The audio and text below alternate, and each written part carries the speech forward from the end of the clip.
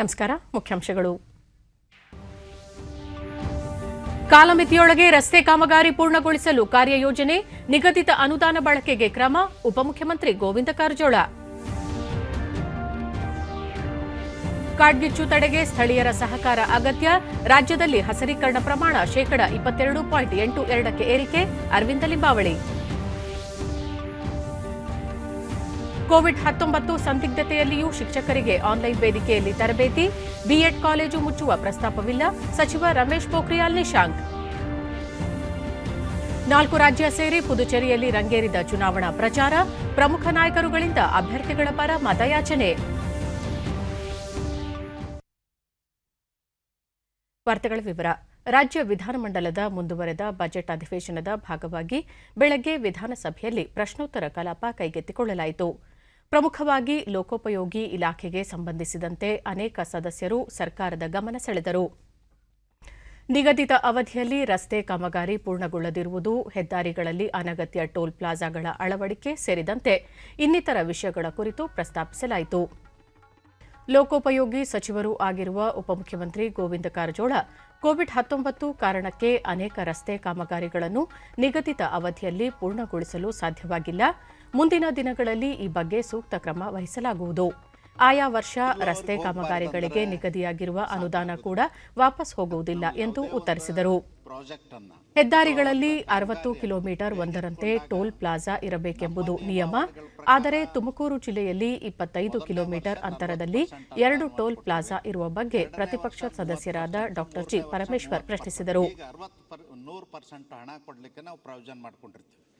ಆದರೆ ಯಾವುದೇ ಒಂದು ಕಾಮಗಾರಿ ಮಂಜೂರು ಮಾಡಿದ ತಕ್ಷಣ ಅದೇ ವರ್ಷದಲ್ಲಿ ಅದೇ ಹಣಕಾಸಿನ ವರ್ಷದಲ್ಲಿ ಮುಗಿಸಲಿಕ್ಕೆ ಸಾಧ್ಯ ಆಗೋದಿಲ್ಲ. 2 ಕಾರಣದಿಂದ. ಒಂದು, ವರ್ಕಿಂಗ್ ಸೀಸನ್ ಸಮಸ್ಯೆ ಬರ್ತದೆ. ಕೆಲವು ಕಡೆ ಏನಾಗ್ತದೆ, ಇವ್ರದ್ದು ಇರಲಿಕ್ಕಿಲ್ಲ, ಕೆಲವು ಕಡೆ ಏನಾಗ್ತದೆ ವರ್ಕಿಂಗ್ ಸೀಸನ್ ಸಮಸ್ಯೆ ಬರ್ತದೆ. ವರ್ಕಿಂಗ್ ಸೀಸನ್ ಅಂದ್ರೇನು? ಈಗ ನದಿ ಇರ್ತದ, ಹಳ್ಳ ಇರ್ತದ. ನಮಗೆ ನದಿಯೊಳಗೆ 8 ತಿಂಗಳು 9 ತಿಂಗಳು 10 ತಿಂಗಳು ನೀರು ಹರಿಯೋದ್ರಿಂದ ಕೆಲಸ ಮಾಡಲಿಕ್ಕೆ ಆಗೋದಿಲ್ಲ. ಹಳ್ಳದಲ್ಲಿ ನೀರು ಹರಿಯೋದ್ರಿಂದ ಕೆಲಸ ಮಾಡಲಿಕ್ಕೆ ಆಗೋದಿಲ್ಲ. ಹೀಗಾಗಿ ನಾವು ಸ್ಪಿಲ್ವರ್ಗೆ ಹೋಗಲೇಬೇಕಾಗ್ತದೆ. ಮಾನ್ಯ ಶಾಸಕರಿಗೆ ನಾನು ಏನು ಹೇಳಲಿಕ್ಕೆ ಬಯಸ್ತೀನಿ ಅಂದ್ರೆ, ತಾವು ಯಾವುದೇ ಆತಂಕ ಪಡ್ತಕ್ಕಂಥ ಕಾರಣ ಇಲ್ಲ. ನಮ್ಮದಲ್ಲಿ ಬಜೆಟ್ ಅಲೋಕೇಶನ್ನಲ್ಲಿ ಲೋಕೋಪಯೋಗಿ ಇಲಾಖೆಗೆ ಏನು ಬಂದಿರ್ತದೆ, ಸ್ಪಿಲ್ ಓವರ್ಗೆ ಎಷ್ಟು ಇಡಬೇಕು, ಫ್ರೆಶ್ ವರ್ಕಿಗೆ ಎಷ್ಟು ಇರಬೇಕು ಅನ್ನೋದನ್ನು ನಾವು ನಿರ್ಧಾರ ಮಾಡ್ತೀವಿ. ನಿರ್ಧಾರ ಮಾಡಿ ಅವ್ರ ಆತಂಕಕ್ಕೆ ಒಳಗಾಗುವಂಥ ಅವಶ್ಯಕತೆ ಇಲ್ಲ. ಖಂಡಿತವಾಗಿಯೂ ಅವ್ರ ಕೆಲಸ ಕಾಮಗಾರಿಗಳನ್ನು ನಿಗದಿತ ಅವಧಿಯೊಳಗೆ ಮುಗಿಸ್ಕೊಡ್ತೀವಿ. 8/2004 ಮಾನ್ಯ ಸಮಾಜ ಕಲ್ಯಾಣ ಸಚಿವರಲ್ಲಿ ಕೇಳಲು ಬಯಸುತ್ತೇನೆ. ಇದಕ್ಕೆ ಉತ್ತರಿಸಿದ ಗೋವಿಂದ ಕಾರಜೋಳ, ಮಳವಳ್ಳಿ ಪಾವಗಡ ನಡುವೆ 200 ಕಿಲೋಮೀಟರ್ ಅಂತರದಲ್ಲಿ 3 ಟೋಲ್ಗಳು ಹಾಗೂ ಮಾಗಡಿ ತುಂಬಾಡಿ ಕೊರಟಗೆರೆ ಪಾವಗಡ ನಡುವೆ 2 ಟೋಲ್ಗಳಿವೆ. ತುಮಕೂರು ತುಂಬಾಡಿ ನಡುವಿನ ಅಂತರ ಕಡಿಮೆ ಇದ್ದು ಸಂಪರ್ಕಕ್ಕೋಸ್ಕರ ಈ ರೀತಿ ಟೋಲ್ಗಳನ್ನು ನಿರ್ಮಿಸಲಾಗಿದೆ. ಆದಾಗ್ಯೂ ಕೂಡ ಈ ಬಗ್ಗೆ ಮತ್ತೊಮ್ಮೆ ಸರ್ವೆ ಕಾರ್ಯ ನಡೆಸಿ ಸೂಕ್ತ ಕ್ರಮ ಕೈಗೊಳ್ಳಲು ಪ್ರಯತ್ನಿಸಲಾಗುವುದು ಎಂದು ಹೇಳಿದರು. ಉಳಿದಂತೆ ಅಂಗನವಾಡಿ ಶಾಲೆಗಳು ಮತ್ತು ವಸತಿ ನಿಲಯಗಳ ಕಟ್ಟಡ ನಿರ್ಮಾಣ, 2019ರಲ್ಲಿನ ಬೆಳೆ ಹಾನಿ ನೀಡುವ ಕುರಿತು ಹಾಗೂ ವಸತಿ ಸಮುಚ್ಚಯ ಮತ್ತು ಧಾರ್ಮಿಕ ದತ್ತಿ ಇಲಾಖೆಗೆ ಸಂಬಂಧಿಸಿದ ಕೆಲ ಪ್ರಶ್ನೆಗಳಿಗೆ ಆಯಾ ಸಚಿವರು ಉತ್ತರ ನೀಡಿದರು. ಬಳಿಕ ಆಯವ್ಯಯದ ಮೇಲೆ ಚರ್ಚೆ ಆರಂಭಿಸಿದ ವಿರೋಧ ಪಕ್ಷದ ನಾಯಕ ಸಿದ್ದರಾಮಯ್ಯ, 2004-5ರ ನಂತರ ಮೊದಲ ಬಾರಿಗೆ ಆದಾಯ ಖೋತ ಬಜೆಟ್ ಮಂಡಿಸಲಾಗಿದೆ. ಸಾಲ ಪಡೆದು ವಿತ್ತೀಯ ಕೊರತೆ ತುಂಬಿಸುವ ಪರಿಸ್ಥಿತಿ ನಿರ್ಮಾಣವಾಗಿದೆ. ಇಂತಹ ಸಂದರ್ಭದಲ್ಲಿ ಅಭಿವೃದ್ಧಿ ಕಾಮಗಾರಿಗಳನ್ನು ಕೈಗೊಳ್ಳಲು ಸಾಧ್ಯವೇ ಎಂದು ಆಡಳಿತ ಪಕ್ಷವನ್ನು ಪ್ರಶ್ನಿಸಿದರು.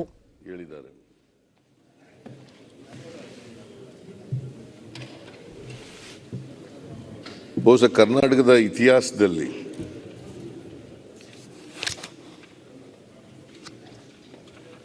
ಯಾವತ್ತೂ ಕೂಡ ಸುಮಾರು 2004-5ರಿಂದ ಇವತ್ತಿನವರೆಗೆ revenue ಕೋತಾ,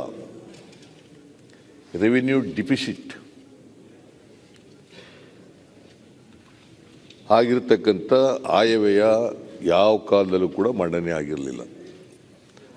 after the passing off the Fiscal Responsibility Act 2002 ಇದೇ ಮೊದಲನೇ ಬಾರಿಗೆ ಈ ಕರೆಂಟ್ ಫಿಸ್ಕಲ್ ಇಯರ್ ಮತ್ತು ಮುಂದಿನ ವರ್ಷಕ್ಕೆ 21-22ಕ್ಕೆ quota budget to revenue deficit budget for the first time after 2004-05 ಮಂಡನೆ ಆಗಿರ್ತಕ್ಕಂಥದ್ದು.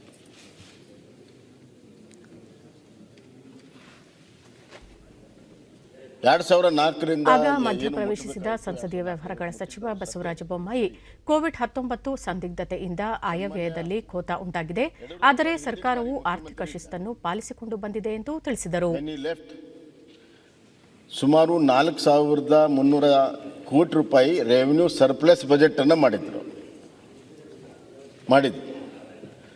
ಇವರು ಮುಖ್ಯಮಂತ್ರಿ ಆಗಿಬಿಟ್ಟಾಗ ಎಷ್ಟು ಕಮ್ಮಿ ಆಯಿತು? 297, 397 ಕೋಟಿಗೆ ಬಂತು. 4,000 ಇದ್ದಿದ್ದು revenue surplus almost revenue negative ಬಂತು. ಸೊ ಇವ್ರ ಪರ್ಫಾರ್ಮೆನ್ಸ್ ನೋಡಿ ಜನ ಅವ್ರನ್ನಲ್ಲಿ ಕುಂದರ್ಸಿದ್ದಾರೆ. ಈಗ ನಾವಿದ್ದಾಗ ಹಂಗೆ ಮಾಡ್ತಿದ್ವಿ, ಹಂಗೆ ಮಾಡಿದ್ದೀವಿ, ಹೆಂಗೆ ಮಾಡಿದ್ದೀವಿ. ಅವತ್ತು ಕೋವಿಡ್ಡು ಇರಲಿಲ್ಲ, ಒಂದು ನಿಮಿಷ, ಕೋವಿಡ್ಡು ಇರಲಿಲ್ಲ, ಯಾವುದೇ ಒಂದು ಎಮರ್ಜೆನ್ಸಿ ಅನ್ನುವಂಥ ಪರಿಸ್ಥಿತಿಯೂ ಇರಲಿಲ್ಲ, ಎಕನಾಮಿಕ್ಕು ಸ್ಲೋ ಡೌನ್ ಇರಲಿಲ್ಲ, ಲಾಕ್ಡೌನು ಇರಲಿಲ್ಲ. ಏನಿಲ್ದಾಗಲೇ ನೀವು ರೆವಿನ್ಯೂ ಸರ್ಪ್ಲಸನ್ನು ಕಡಿಮೆ ಮಾಡ್ಕೊತ ಬಂದು ಅದರ ಬಳವಳಿಯಿಂದ ಇವತ್ತು ಇಂಥ ಎಮರ್ಜೆನ್ಸಿಯಲ್ಲಿ ಅನಿವಾರ್ಯವಾಗಿ ರೆವಿನ್ಯೂ ಡೆಫಿಸಿಟ್ ಬಜೆಟ್ ಮಂಡನೆ ಮಾಡುವಂಥದ್ದು. ಈ ವಸ್ತುಸ್ಥಿತಿಯಲ್ಲಿ ಅವ್ರು ಹೇಳಿದರೆ ಸರಿ. How can you come back when your performance so dismal? How can you come back? ಅದು ಅಸಾಧ್ಯ.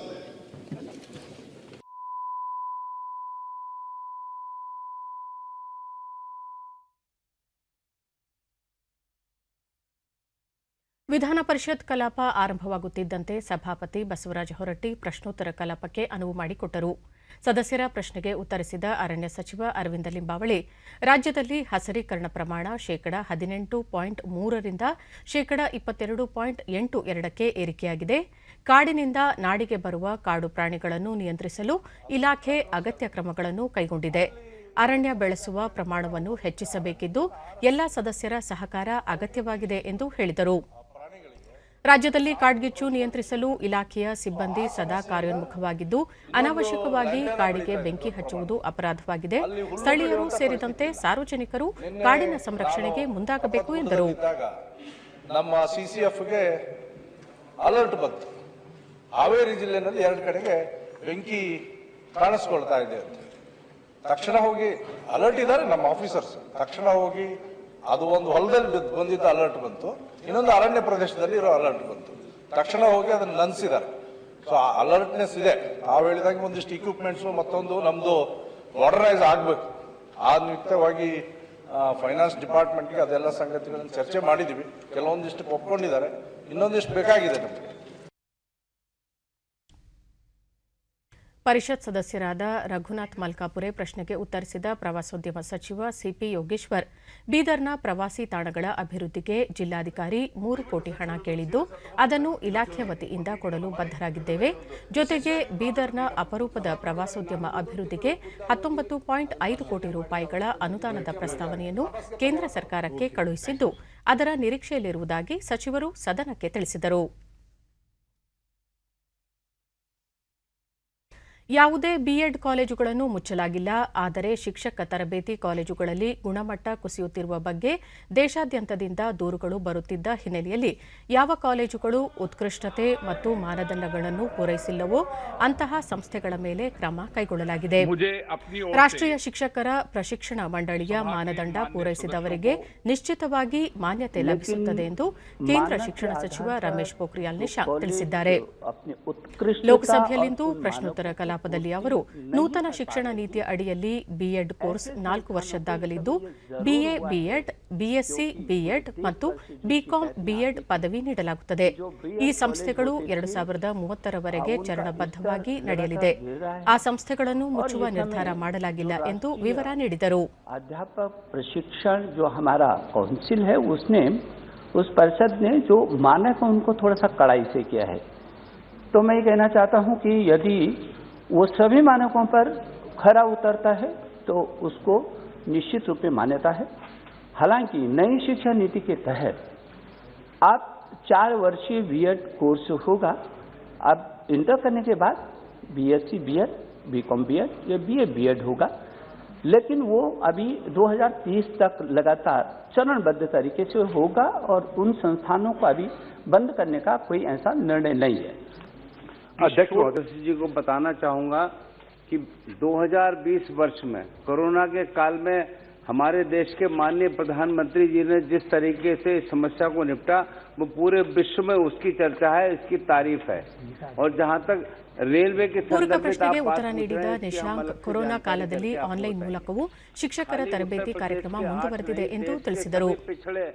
ಮಹತ್ವಾಕಾಂಕ್ಷೆಯ ಜಿಲ್ಲೆಗಳ ಬಗ್ಗೆ ಕೇಳಲಾದ ಪ್ರಶ್ನೆಗೆ ಉತ್ತರ ನೀಡಿದ ಕೇಂದ್ರ ಕಾರ್ಮಿಕ ಮತ್ತು ಉದ್ಯೋಗ ಖಾತೆ ಸಚಿವ ಸಂತೋಷ್ ಕುಮಾರ್ ಗಂಗ್ವಾರ್, ಮಹತ್ವಾಕಾಂಕ್ಷೆ ಜಿಲ್ಲೆಗಳಿಗೆ ವಿಶೇಷ ಪ್ಯಾಕೇಜ್ ಪ್ರಕಟಿಸಲಾಗಿದ್ದು, ಮಹಾತ್ಮ ಗಾಂಧಿ ಗ್ರಾಮೀಣ ಉದ್ಯೋಗ ಖಾತ್ರಿ ಯೋಜನೆಯಡಿ ಕೂಲಿಯ ಮೊತ್ತ ಮತ್ತು ಕೆಲಸದ ದಿನವನ್ನು ಹೆಚ್ಚಿಸಲಾಗಿದೆ ಎಂದು ತಿಳಿಸಿದರು.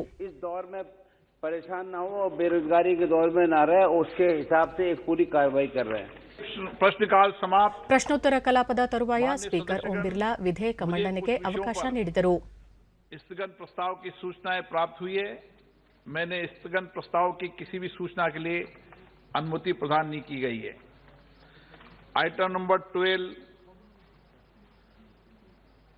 Prahlad Joshi ji. Sir, with your permission, ಸಂಸದೀಯ ಮತ್ತು ಗಣಿ ಖಾತೆ ಸಚಿವ ಪ್ರಹ್ಲಾದ್ ಜೋಶಿ ಗಣಿ ಮತ್ತು ಖನಿಜ ಅಭಿವೃದ್ಧಿ ಮತ್ತು ನಿಯಂತ್ರಣ ಕಾಯ್ದೆ 1957 ತಿದ್ದುಪಡಿ ಮಾಡುವ ಸಲುವಾಗಿ ವಿಧೇಯಕ ಮಂಡಿಸಿದರು. माननीय सदस्यगण, मुझे कुछ विषयों पर स्थगन प्रस्ताव की सूचनाएं प्राप्त हुई है. मैंने स्थगन प्रस्ताव की किसी भी सूचना के लिए अनुमति प्रदान नहीं की गई है. Item number 12 Prahlad Joshi ji. sir, माननीय सदस्य ने जो चूरू ನಂತರ ಅರ್ಜುನ್ ಮೇಘವಾಲ್ ಅವರು ಧರ್ಮೇಂದ್ರ ಪ್ರಧಾನ್, ಪ್ರಹ್ಲಾದ್ ಸಿಂಗ್ ಪಟೇಲ್, ಅನುರಾಗ್ ಠಾಕೂರ್ ಮೊದಲಾದವರ ಹೆಸರಿನಲ್ಲಿರುವ ಕಾಗದ ಪತ್ರಗಳನ್ನು ಸದನದಲ್ಲಿ ಮಂಡಿಸಿದರು. और विरासत भवन के संरक्षण के बारे में मैंने जो उत्तर में हमने दिया है उसके बारे में हमने बताया है कि मंदिर, स्मारक, किले, भवन, हवेली, महल, ये सभी का हम प्रोटेक्टेड मोन्यूमेंट के माध्यम से इनका एक सर्वे भी कराते हैं, उनको साइट सिलेक्शन भी करते हैं, और जैसे माननीय सदस्य ने कहा है कि ये रेगुलर फिनोमेना भी है. आपने जो पूछा है कि ऐसी बहुत सी हवेलियां जो शेखावटी क्षेत्र में हैं, निश्चित रूप से हैं, वहां हवेलियां भी हैं और जोड़ और बावड़ी भी हैं. उनका किस तरह से आप और ऐड कर सकते हैं, तो जैसे हमने उत्तर में कहा कि रेगुलर फिनोमिना है. अगर आप माननीय सदस्य जो दिशा कमेटी को चेयर करते हैं, उनके चेयरमैन भी होते हैं, अगर आप दिशा कमेटी के माध्यम से कुछ प्रस्ताव हमें आप भेज देंगे ऐसे हवेलियों के, जोड़ के, बावड़ी के, तो निश्चित रूप से सरकार अध्ययन करेगी और उनको जुड़वाने का प्रयास करेगी. धन्यवाद. माननीय सदस्य. पहले तो माननीय सांसद महोदय ने कहा ಹಣಕಾಸು ಮತ್ತು ಸಾಂಸ್ಥಿಕ ವ್ಯವಹಾರಗಳ ಖಾತೆ ಸಚಿವ ಅನುರಾಗ್ ಠಾಕೂರ್ ಜೀವ ವಿಮಾ ನಿಗಮ ಎಲ್ಐಸಿಯನ್ನು ಖಾಸಗೀಕರಣಗೊಳಿಸಿಲ್ಲ ಎಂದು ಸ್ಪಷ್ಟಪಡಿಸಿದರು. ಸರ್ಕಾರ ಐಪಿಒನಲ್ಲಿ ಪಾರದರ್ಶಕತೆ ತಂದಿದೆ. ಇದರಿಂದ ಎಲ್ಐಸಿಯಲ್ಲಿ ಹೂಡಿಕೆ ಹೆಚ್ಚಳವಾಗಲಿದ್ದು ಷೇರುದಾರರ ಪಾಲಿನ ಕುರಿತಂತೆ ಸೂಕ್ತ ನಿರ್ಧಾರ ಕೈಗೊಳ್ಳಲಾಗುವುದು ಎಂದರು. और मैं ये भी इनको याद करवा दूं कि 2014 में 290 बिलियन डॉलर फॉरेक्स रिजर्व था, जो बढ़कर आज 590 बिलियन डॉलर से ज्यादा हुए हैं. सर 70 साल में 290 बिलियन डॉलर हुए और पिछले 7 वर्षों में 300 बिलियन डॉलर उसमें और जुड़े हैं. जहां तक एलआईसी की बात आती है, 21 करोड़ पॉलिसी धारकों के लिए सर क्या कहा सरकार ने, ज्यादा पारदर्शिता आए और ज्यादा जवाबदेही भी हो, ज्यादा उसका साइज बढ़े, ज्यादा उसकी वैल्यूएशन भी हो. इससे लाभ क्या होने वाला है सर इसमें जो खाता धारक हैं उनको भी और आम जनता को भी निवेश करने का अवसर भी मिलेगा. हो गया पैसा, देश का पैसा बेकार हो गया, लोगों के उपयोग पैसा लग भी गया और लोगों के काम में नहीं आ रहा है. अब सरकार ने वैसा पेंडिंग योजना बंद कर दिया है. ಈಗ ಲೋಕಸಭೆಯಿಂದ काम ನೇರ प्रारंभ ಪ್ರಸಾರ. किया तो काम का अंत भी होता है. पैसा उसके लिए हर साल प्रावधान करने का काम किया जाता है.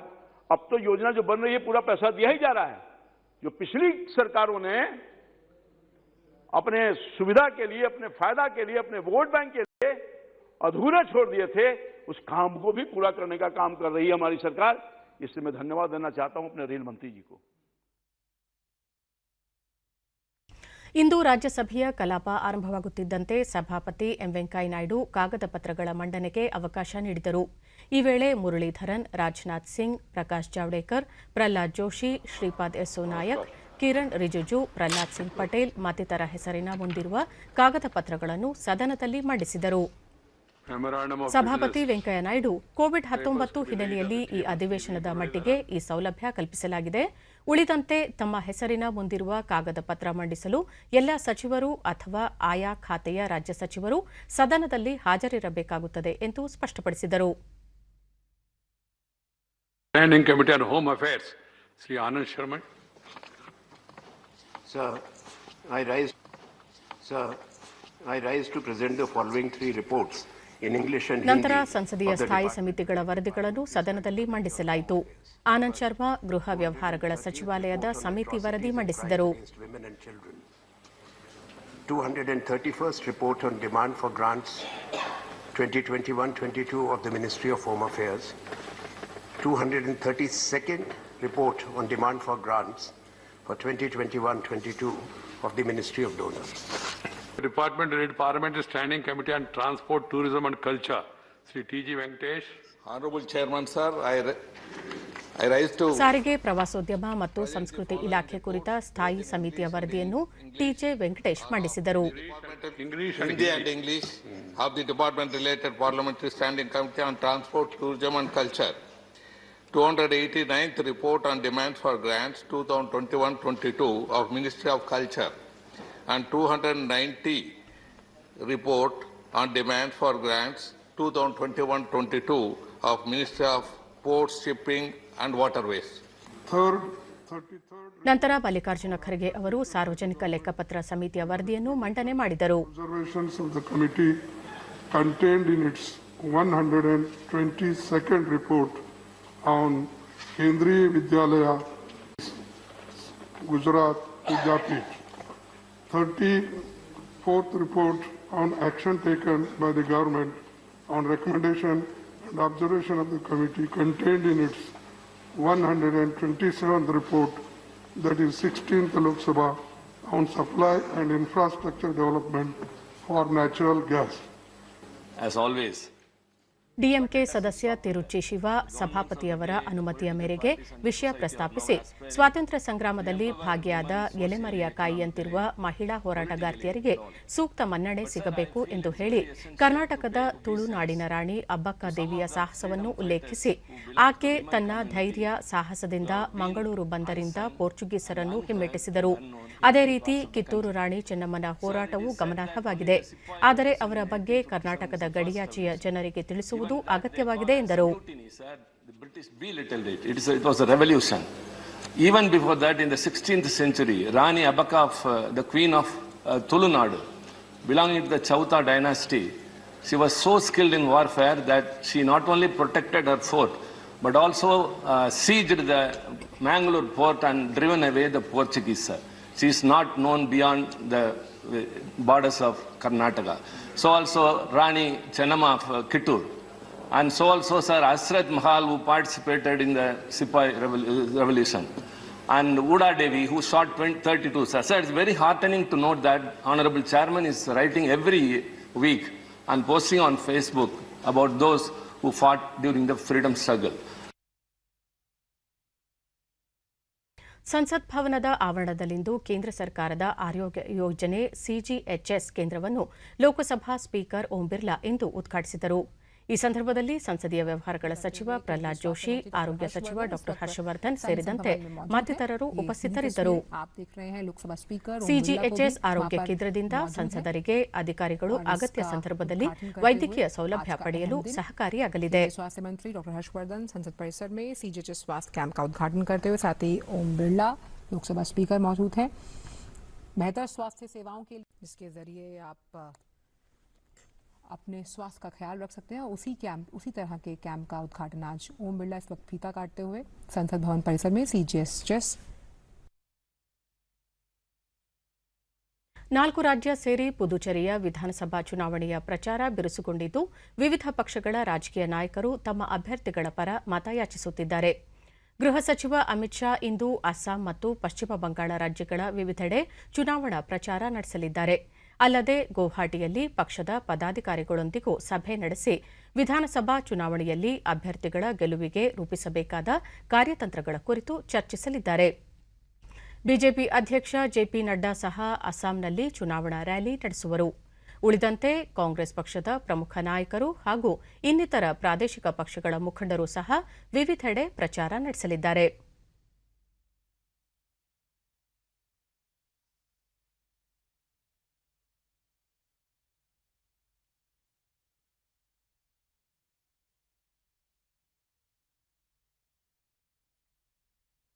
ಮತ್ತೆ ಹೆಚ್ಚಳವಾಗುತ್ತಿರುವ ಕೋವಿಡ್-19 ಸಾಂಕ್ರಾಮಿಕದ ಹಿನ್ನೆಲೆಯಲ್ಲಿ ಪಂಚರಾಜ್ಯಗಳ ವಿಧಾನಸಭಾ ಚುನಾವಣೆಯ ವೇಳೆ ಪ್ರತಿ ಮತಗಟ್ಟೆಯಲ್ಲಿ ಕೇವಲ 1,000 ಮತದಾರರಿಗೆ ಮಾತ್ರವೇ ಅವಕಾಶ ಕಲ್ಪಿಸಲು ಕೇಂದ್ರ ಚುನಾವಣಾ ಆಯೋಗ ನಿರ್ಧರಿಸಿದೆ. ಈ ಹಿಂದೆ ಒಂದು ಮತಗಟ್ಟೆಯಲ್ಲಿ 1,500 ಮತದಾರರಿಗೆ ಮತ ಚಲಾಯಿಸಲು ಅವಕಾಶವಿತ್ತು. ಮತಗಟ್ಟೆಯಲ್ಲಿ ಮತದಾರರ ಸಂಖ್ಯೆ ಇಳಿಕೆ ಮಾಡಿರುವ ಹಿನ್ನೆಲೆಯಲ್ಲಿ ಅಸ್ಸಾಂ, ಕೇರಳ, ತಮಿಳುನಾಡು, ಪಶ್ಚಿಮ ಬಂಗಾಳ ಮತ್ತು ಕೇಂದ್ರಾಡಳಿತ ಪ್ರದೇಶ ಪುದುಚೇರಿಯಲ್ಲಿ ಮತಗಟ್ಟೆಗಳ ಸಂಖ್ಯೆಯಲ್ಲಿ ಪ್ರಮುಖ ಬದಲಾವಣೆ ಮತ್ತು ಹೆಚ್ಚಳ ಆಗಲಿದೆ. ಈ ಚುನಾವಣೆಯಲ್ಲಿ ಸೂಕ್ತ ಪ್ರಾಧಿಕಾರದಿಂದ ಕೋವಿಡ್-19 ಸೋಂಕು ದೃಢಪಟ್ಟವರು ಅಥವಾ ಮನೆಯಲ್ಲಿ ಅಥವಾ ಸಾಂಸ್ಥಿಕ ಪ್ರತ್ಯೇಕೀಕರಣದಲ್ಲಿರುವ ಶಂಕಿತರು, 80 ವರ್ಷ ಮೇಲ್ಪಟ್ಟವರು ಮತ್ತು ದಿವ್ಯಾಂಗರಿಗೆ ಅಂಚೆ ಮತದಾನದ ಸೌಲಭ್ಯ ವಿಸ್ತರಿಸಲಾಗಿದೆ. ಈ ಮಧ್ಯೆ ಚುನಾವಣಾ ಆಯೋಗ ಮತದಾರರಿಗೆ ಕನಿಷ್ಠ ಸೌಲಭ್ಯಗಳಾದ ಕುಡಿಯುವ ನೀರು, ನೆರಳು, ಶೌಚಾಲಯ, ದಿವ್ಯಾಂಗರಿಗಾಗಿ ಇಳಿಜಾರು, ಮತಗಟ್ಟೆಗಳಲ್ಲಿ ಸೂಕ್ತ ಬೆಳಕಿನ ವ್ಯವಸ್ಥೆ ಕಲ್ಪಿಸುವಂತೆ ಸಂಬಂಧಿತ ಚುನಾವಣಾಧಿಕಾರಿಗಳಿಗೆ ಸೂಚನೆ ನೀಡಲಾಗಿದೆ. ಕೋವಿಡ್ ಸಾಂಕ್ರಾಮಿಕದ ಹಿನ್ನೆಲೆಯಲ್ಲಿ ಪ್ರತಿ ಮತಗಟ್ಟೆಯ ನೈರ್ಮಲೀಕರಣ, ಪ್ರತಿ ಮತದಾರರ ಥರ್ಮಲ್ ಸ್ಕ್ಯಾನಿಂಗ್, ವ್ಯಕ್ತಿಗತ ಅಂತರ, ಮಾಸ್ಕ್ ಧರಿಸಿರುವುದನ್ನು ಖಾತ್ರಿಪಡಿಸಿಕೊಳ್ಳಲು ಸೂಚಿಸಲಾಗಿದೆ. ಸಾಂಕ್ರಾಮಿಕದ ಹಿನ್ನೆಲೆಯಲ್ಲಿ ಎಡಪಂಥೀಯ ವಿಧ್ವಂಸಕತೆ ಬಾಧಿತ ಪ್ರದೇಶ ಹೊರತುಪಡಿಸಿ ಎಲ್ಲ ವಿಧಾನಸಭಾ ಕ್ಷೇತ್ರಗಳ ಮತಗಟ್ಟೆಯಲ್ಲಿ ಮತದಾನದ ಅವಧಿಯನ್ನು 1 ಗಂಟೆಗಳ ಕಾಲ ವಿಸ್ತರಿಸಲು ಆಯೋಗ ನಿರ್ಧರಿಸಿದೆ. ಕೋವಿಡ್-19 ರೋಗಿಗಳು ಮತ್ತು ಪ್ರತ್ಯೇಕೀಕರಣದಲ್ಲಿರುವವರಿಗೆ ಮತದಾನದ ದಿನ ಕೊನೆಯ 1 ಗಂಟೆ ಅವಧಿಯಲ್ಲಿ ಆರೋಗ್ಯ ಪ್ರಾಧಿಕಾರದ ನಿಗಾದಲ್ಲಿ ಮತ್ತು ಸೂಕ್ತ ಮುನ್ನೆಚ್ಚರಿಕಾ ಕ್ರಮಗಳೊಂದಿಗೆ ಮತಗಟ್ಟೆಗೆ ಆಗಮಿಸಿ ಮತ ಚಲಾಯಿಸಲು ಅವಕಾಶ ಕಲ್ಪಿಸಲಾಗಿದೆ. ರಾಜ್ಯದಲ್ಲಿ ಕೋವಿಡ್-19 ಪ್ರಕರಣಗಳು ಹೆಚ್ಚಾಗುತ್ತಿರುವ ಹಿನ್ನೆಲೆಯಲ್ಲಿ ಮುಖ್ಯಮಂತ್ರಿ ಬಿಎಸ್ ಯಡಿಯೂರಪ್ಪ ಇಂದು ಸಂಜೆ ಹಿರಿಯ ಅಧಿಕಾರಿಗಳು ಹಾಗೂ ತಜ್ಞರೊಂದಿಗೆ ಸಮಾಲೋಚನೆ ನಡೆಸಲಿದ್ದಾರೆ. ವಿಧಾನಸೌಧದಲ್ಲಿ ನಡೆಯಲಿರುವ ಸಭೆಯಲ್ಲಿ ಆರೋಗ್ಯ ಮತ್ತು ವೈದ್ಯಕೀಯ ಶಿಕ್ಷಣ ಸಚಿವ ಡಾ ಕೆ ಸುಧಾಕರ್, ಕೋವಿಡ್ ತಾಂತ್ರಿಕ ಸಮಿತಿಯ ಸದಸ್ಯರು ಮತ್ತು ಹಿರಿಯ ಅಧಿಕಾರಿಗಳು ಭಾಗವಹಿಸಲಿದ್ದಾರೆ. ಕೊರೋನಾ ಸೋಂಕು ಪ್ರಕರಣಗಳು ಹೆಚ್ಚಿರುವ ಜಿಲ್ಲೆಗಳಲ್ಲಿ ಕೈಗೊಳ್ಳಬೇಕಾದ ಕ್ರಮಗಳ ಕುರಿತು ಚರ್ಚಿಸುವ ಸಾಧ್ಯತೆಯಿದೆ. ಸೋಂಕು ತಡೆ ಹಾಗೂ ವಹಿಸಬೇಕಾದ ಮುನ್ನೆಚ್ಚರಿಕಾ ಕ್ರಮಗಳನ್ನು ಕಟ್ಟುನಿಟ್ಟಾಗಿ ಅನುಷ್ಠಾನಗೊಳಿಸುವ ಸಂಬಂಧ ಸಭೆಯಲ್ಲಿ ಚರ್ಚೆ ನಡೆಸಲಾಗುತ್ತದೆ. ಹಲವು ಕಠಿಣ ಕ್ರಮಗಳನ್ನು ಜಾರಿಗೊಳಿಸುವ ಬಗ್ಗೆಯೂ ನಿರ್ಧಾರ ಕೈಗೊಳ್ಳುವ ಸಾಧ್ಯತೆಯಿದೆ. ಕಳೆದ 1 ವಾರದಿಂದ ರಾಜ್ಯದಲ್ಲಿ ಕೊರೋನಾ ಪ್ರಕರಣಗಳು ಗಣನೀಯವಾಗಿ ಏರಿಕೆಯಾಗುತ್ತಿರುವ ಹಿನ್ನೆಲೆಯಲ್ಲಿ ಈ ಸಭೆ ಮಹತ್ವ ಪಡೆದುಕೊಂಡಿದೆ. ಬೆಳಗಾವಿಯ ಗಣಿ ಮತ್ತು ಭೂವಿಜ್ಞಾನ ಇಲಾಖೆಯ ನೂತನ ಕಚೇರಿ ಮತ್ತು ಜಿಲ್ಲಾ ಖನಿಜ ಭವನವನ್ನು ಸಚಿವ ಮುರುಗೇಶ್ ನಿರಾಣಿ ಬೆಳಗಾವಿಯಲ್ಲಿ ನಿನ್ನೆ ಲೋಕಾರ್ಪಣೆ ಮಾಡಿದರು. ಈ ಸಂದರ್ಭದಲ್ಲಿ ವಿಧಾನ ಪರಿಷತ್ನ ಸರ್ಕಾರದ ಮುಖ್ಯ ಸಚೇತಕ ಮಹಂತೇಶ್ ಕವಟಗಿ ಮಠ ಸೇರಿದಂತೆ ಹಿರಿಯ ಅಧಿಕಾರಿಗಳು ಉಪಸ್ಥಿತರಿದ್ದರು.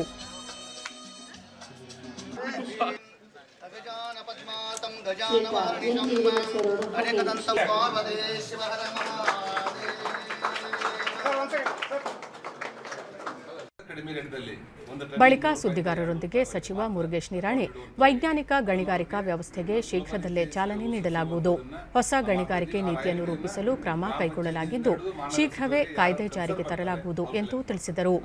ಅನಧಿಕೃತ ಗಣಿಗಾರಿಕೆ ಸೇರಿದಂತೆ ಪರಿಸರಕ್ಕೆ ಹಾನಿಯುಂಟು ಮಾಡುವಂತಹ ಕ್ವಾರಿಗಳಿಗೆ ಅನುಮತಿ ನೀಡುವುದನ್ನು ಪರಿಶೀಲಿಸಿ ಹೊಸ ಮಾದರಿಯ ನಿಯಮಗಳನ್ನು ಸದ್ಯದಲ್ಲೇ ಬಿಡುಗಡೆ ಮಾಡಲು ನಿರ್ಧರಿಸಲಾಗಿದೆ ಎಂದು ಹೇಳಿದರು.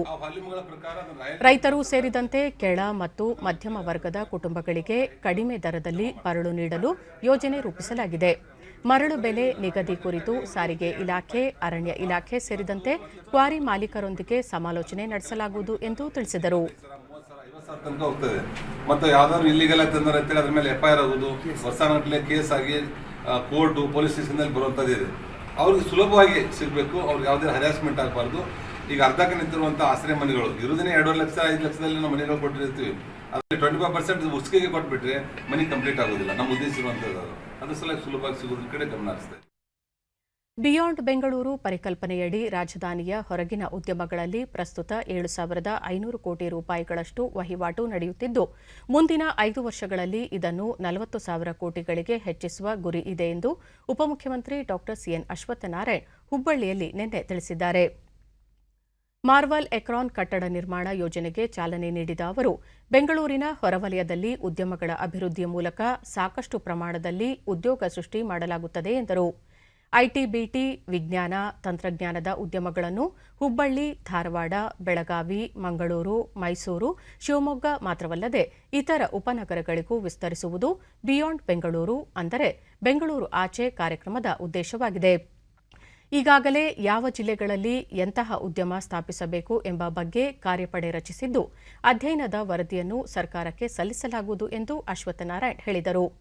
ಬೃಹತ್ ಕೈಗಾರಿಕಾ ಸಚಿವ ಜಗದೀಶ್ ಶೆಟ್ಟರ್, ಶಾಸಕರಾದ ಅರವಿಂದ ಬೆಲ್ಲದ್, ಪ್ರಸಾದ್ ಅಬ್ಬಯ್ಯ, ವಿಧಾನ ಪರಿಷತ್ ಸದಸ್ಯ ಪ್ರದೀಪ್ ಶೆಟ್ಟರ್ ಮುಂತಾದವರು ಉಪಸ್ಥಿತರಿದ್ದರು. ಪ್ರಧಾನಿ ನರೇಂದ್ರ ಮೋದಿ ಅವರು ಈ ತಿಂಗಳ ಅಂತ್ಯದಲ್ಲಿ ನಡೆಸಲಿರುವ ಪರೀಕ್ಷಾ ಪೇ ಚರ್ಚಾ ಸಂವಾದ ಕಾರ್ಯಕ್ರಮಕ್ಕೆ ದೇಶಾದ್ಯಂತ 10,32,000ಕ್ಕೂ ಅಧಿಕ ವಿದ್ಯಾರ್ಥಿಗಳು ನೋಂದಣಿ ಮಾಡಿಕೊಂಡಿದ್ದಾರೆ. ಸುಮಾರು 2,60,000ಕ್ಕೂ ಅಧಿಕ ಶಿಕ್ಷಕರು ಹಾಗೂ 92,000ಕ್ಕೂ ಹೆಚ್ಚು ಪೋಷಕರು ಸಹ ಈ ಕಾರ್ಯಕ್ರಮಕ್ಕೆ ನೋಂದಣಿ ಮಾಡಿಕೊಂಡಿದ್ದಾರೆ. ಈ ವರ್ಷದ ಪರೀಕ್ಷಾ ಪೇ ಚರ್ಚಾ ಕಾರ್ಯಕ್ರಮದ 4ನೇ ಆವೃತ್ತಿಯಲ್ಲಿ ಪ್ರಧಾನಿಯವರು ಪರೀಕ್ಷೆಯ ಸಿದ್ಧತೆ ಹೇಗಿರಬೇಕು, ಪರೀಕ್ಷೆ ಎದುರಿಸುವುದು ಹೇಗೆ ಹಾಗೂ ಪರೀಕ್ಷೆಗಳಿಗೆ ಸಂಬಂಧಿಸಿದ ಇನ್ನಿತರ ವಿಷಯಗಳ ಕುರಿತು ವಿದ್ಯಾರ್ಥಿಗಳು, ಶಿಕ್ಷಕರು ಹಾಗೂ ಪೋಷಕರೊಂದಿಗೆ ಸಂವಾದ ನಡೆಸಲಿದ್ದಾರೆ. ದೇಶಾದ್ಯಂತ ಸುಮಾರು 2,000 ಶಾಲಾ ವಿದ್ಯಾರ್ಥಿಗಳು, ಶಿಕ್ಷಕರು ಮತ್ತು ಪೋಷಕರನ್ನು ಈ ಕಾರ್ಯಕ್ರಮಕ್ಕೆ ಆಯ್ಕೆ ಮಾಡಲಾಗುತ್ತದೆ. ಆಯ್ಕೆಯಾದವರು ತಮ್ಮ ರಾಜ್ಯ ಇಲ್ಲವೇ ಕೇಂದ್ರಾಡಳಿತ ಪ್ರದೇಶಗಳಲ್ಲಿನ ಕೇಂದ್ರ ಕಚೇರಿಗಳಿಂದ ಆನ್ಲೈನ್ ಮೂಲಕ ಈ ಕಾರ್ಯಕ್ರಮದಲ್ಲಿ ಭಾಗವಹಿಸಿ ಪ್ರಧಾನಿಯವರಿಗೆ ಪ್ರಶ್ನೆಗಳನ್ನು ಸಹ ಕೇಳಬಹುದಾಗಿದೆ. ದೇಶದಲ್ಲಿ ಕಳೆದ 24 ಗಂಟೆಗಳಲ್ಲಿ 26,291 ಹೊಸ ಕೋವಿಡ್-19 ಪ್ರಕರಣಗಳು ಬೆಳಕಿಗೆ ಬಂದಿವೆ. ಇದರೊಂದಿಗೆ ದೇಶದಲ್ಲಿ ಒಟ್ಟು ಸೋಂಕಿತರ ಸಂಖ್ಯೆ 1,13,85,339ಕ್ಕೆ ಏರಿಕೆಯಾಗಿದೆ ಎಂದು ಕೇಂದ್ರ ಆರೋಗ್ಯ ಸಚಿವಾಲಯ ತಿಳಿಸಿದೆ. ಇದುವರೆಗೆ 1,10,07,352 ಮಂದಿ ಗುಣಮುಖರಾಗುವುದರೊಂದಿಗೆ ಚೇತರಿಕೆಯ ಪ್ರಮಾಣ 96.68ಕ್ಕೆ ಏರಿಕೆಯಾಗಿದೆ. ಒಟ್ಟು 2,19,262 ಸಕ್ರಿಯ ಪ್ರಕರಣಗಳಿದ್ದು 1.93%ರಷ್ಟಿದೆ. ಇದುವರೆಗೆ 1,58,725 ಮಂದಿ ಮೃತಪಟ್ಟಿದ್ದು ಈ ಪ್ರಮಾಣ 1.39%ರಷ್ಟಿದೆ. ಜಮ್ಮು ಕಾಶ್ಮೀರ ಸರ್ಕಾರವು ಪ್ರಧಾನಮಂತ್ರಿ ಆವಾಸ್ ಯೋಜನೆ ನಗರ ಕಾರ್ಯಕ್ರಮದ ಫಲಾನುಭವಿಗಳಿಗೆ 2 ಲಕ್ಷ ರೂಪಾಯಿ ಬಡ್ಡಿ ರಹಿತ ಸಾಲ ನೀಡಲು ಅನುಮೋದನೆ ನೀಡಿದೆ. ಲೆಫ್ಟಿನೆಂಟ್ ಗವರ್ನರ್ ಅವರ ಅಧ್ಯಕ್ಷತೆಯಲ್ಲಿ ನಡೆದ ಸಭೆಯಲ್ಲಿ ಜಮ್ಮು ಕಾಶ್ಮೀರ ಆಡಳಿತ ಮಂಡಳಿಯ ವಸತಿ ಮತ್ತು ನಗರಾಭಿವೃದ್ಧಿ ಇಲಾಖೆಯು ಈ ಪ್ರಸ್ತಾವನೆಯನ್ನು ಅಂಗೀಕರಿಸಿದೆ. ಪ್ರಧಾನಮಂತ್ರಿ ಆವಾಸ್ ಯೋಜನೆಯಡಿ ಆರ್ಥಿಕವಾಗಿ ದುರ್ಬಲರಾಗಿರುವ ಫಲಾನುಭವಿಗಳಿಗೆ ವಸತಿ ನಿರ್ಮಿಸಿಕೊಳ್ಳಲು ಈ ನೆರವು ನೀಡಲಾಗುತ್ತಿದೆ. ಫಲಾನುಭವಿಗಳ ಹಿತದೃಷ್ಟಿಯನ್ನು ಗಮನದಲ್ಲಿರಿಸಿಕೊಂಡು ಬಡ್ಡಿ ರಹಿತ ಸಾಲ ನೀಡಲು ಜಮ್ಮು ಕಾಶ್ಮೀರ ಸರ್ಕಾರ ಒಪ್ಪಿಗೆ ಸೂಚಿಸಿದೆ. ಇದರಿಂದ 2022ರ ವೇಳೆಗೆ ಎಲ್ಲರಿಗೂ ಸೂರು ಒದಗಿಸುವ ಪ್ರಧಾನಿಯವರ ದೃಷ್ಟಿಕೋನವನ್ನು ಸಾಕಾರಗೊಳಿಸಲಿದೆ. ಕೊನೆಯಲ್ಲಿ ಮತ್ತೊಮ್ಮೆ ಮುಖ್ಯಾಂಶಗಳು. ಕಾಲಮಿತಿಯೊಳಗೆ ರಸ್ತೆ ಕಾಮಗಾರಿ ಪೂರ್ಣಗೊಳಿಸಲು ಕಾರ್ಯಯೋಜನೆ, ನಿಗದಿತ ಅನುದಾನ ಬಳಕೆಗೆ ಕ್ರಮ, ಉಪಮುಖ್ಯಮಂತ್ರಿ ಗೋವಿಂದ ಕಾರಜೋಳ. ಕಾಡ್ಗಿಚ್ಚು ತಡೆಗೆ ಸ್ಥಳೀಯರ ಸಹಕಾರ ಅಗತ್ಯ, ರಾಜ್ಯದಲ್ಲಿ ಹಸಿರೀಕರಣ ಪ್ರಮಾಣ 22.82ಕ್ಕೆ ಏರಿಕೆ, ಅರವಿಂದ ಲಿಂಬಾವಳಿ. ಕೋವಿಡ್-19 ಸಂದಿಗ್ಧತೆಯಲ್ಲಿಯೂ ಶಿಕ್ಷಕರಿಗೆ ಆನ್ಲೈನ್ ವೇದಿಕೆಯಲ್ಲಿ ತರಬೇತಿ, ಬಿಎಡ್ ಕಾಲೇಜು ಮುಚ್ಚುವ ಪ್ರಸ್ತಾಪವಿಲ್ಲ, ಸಚಿವ ರಮೇಶ್ ಪೋಖ್ರಿಯಾಲ್ ನಿಶಾಂಕ್. 4 ರಾಜ್ಯ ಸೇರಿ ಪುದುಚೇರಿಯಲ್ಲಿ ರಂಗೇರಿದ ಚುನಾವಣಾ ಪ್ರಚಾರ, ಪ್ರಮುಖ ನಾಯಕರುಗಳಿಂದ ಅಭ್ಯರ್ಥಿಗಳ ಪರ ಮತಯಾಚನೆ. ನಮ್ಮ ವಾರ್ತಾ ಪ್ರಸಾರವನ್ನು ನೀವು ಡಿಡಿ ಚಂದನ ನ್ಯೂಸ್ ಯೂಟ್ಯೂಬ್ ಚಾನೆಲ್ನಲ್ಲೂ ವೀಕ್ಷಿಸಬಹುದು. ನಮ್ಮ ಮುಂದಿನ ವಾರ್ತಾ ಪ್ರಸಾರ ಸಂಜೆ 4:30 ನಮಸ್ಕಾರ.